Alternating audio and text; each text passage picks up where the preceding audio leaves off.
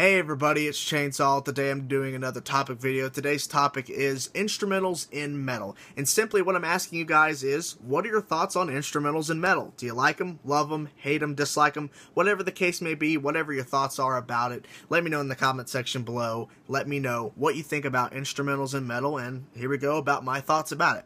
So first thing to start this thing off is that I love both the vocals and the musical aspects of the genre of metal.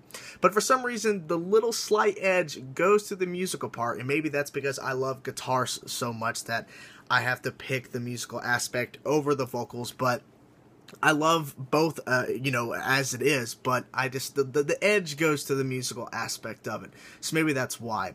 But what really gets me excited is the fact that I see like a band that writes a majority of their music is vocals and music, and there you go, it's a typical metal song. But when I see on the track listing of an album, or if it's an old album or a new album, there's an instrumental, I get excited because I'm thinking, wow, okay, the band has decided, okay, we're going to write a song about anything. The song can go in any direction that it wants to go, and that's exciting because when you're writing a song, a basic song in metal about whatever, and vocals are involved, there is verse chorus and a solo and then a breakdown or whatever the case may be, whatever type of genre, and then we're gonna go back and then we're gonna finish off with a chorus and then we're done.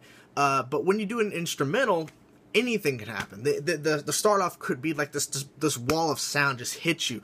Or the intro could be a peaceful opening with just, some melodic guitars, and it's all soothing, and then we come into a riff, and then we can go to a solo, come back to another riff, and then go to another solo, a bass solo, a drum solo. Endless possibilities, keyboards, synthesizers, anything.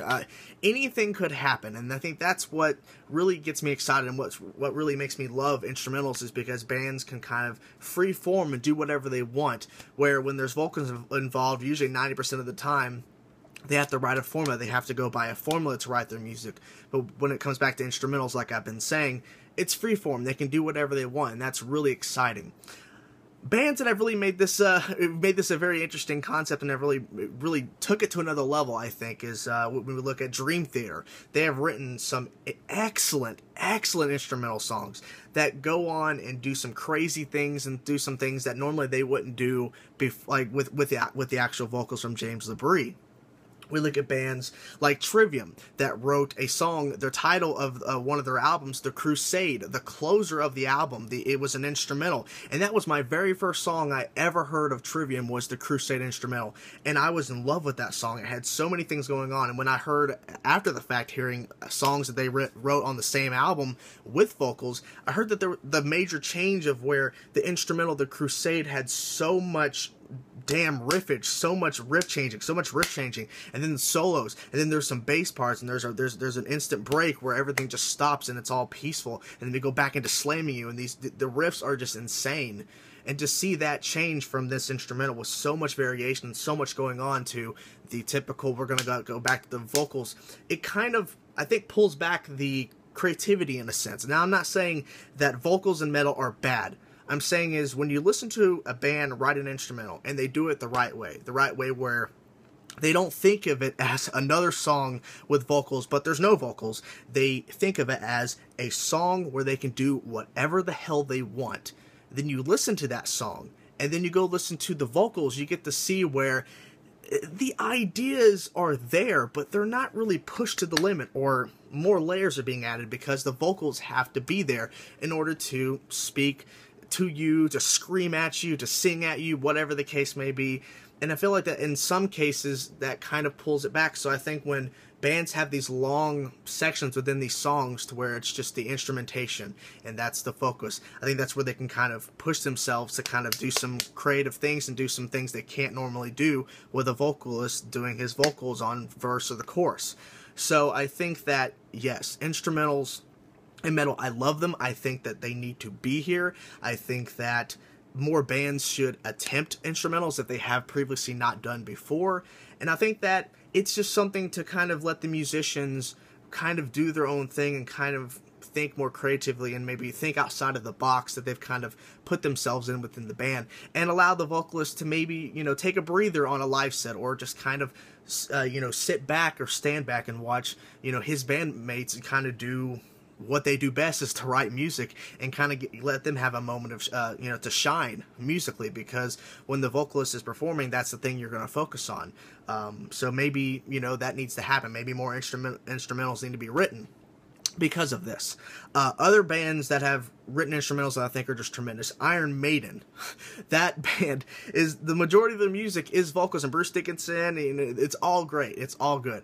But when they write an instrumental, they know how to kind of make it more exciting and to make it, fit right along and make it on the same level as a regular song of Bruce Dickinson of vocals. So Iron Maiden has, that band right there. Metallica, even though I didn't want to really mention that because I'm trying to stay away from the Metallica talk, as I've done it so much in the past. But To Live Is To Die, The Call of Cthulhu, Orion, A Suicide Redemption, people give that a thing because it's too long, but still, Metallica have done great things with that.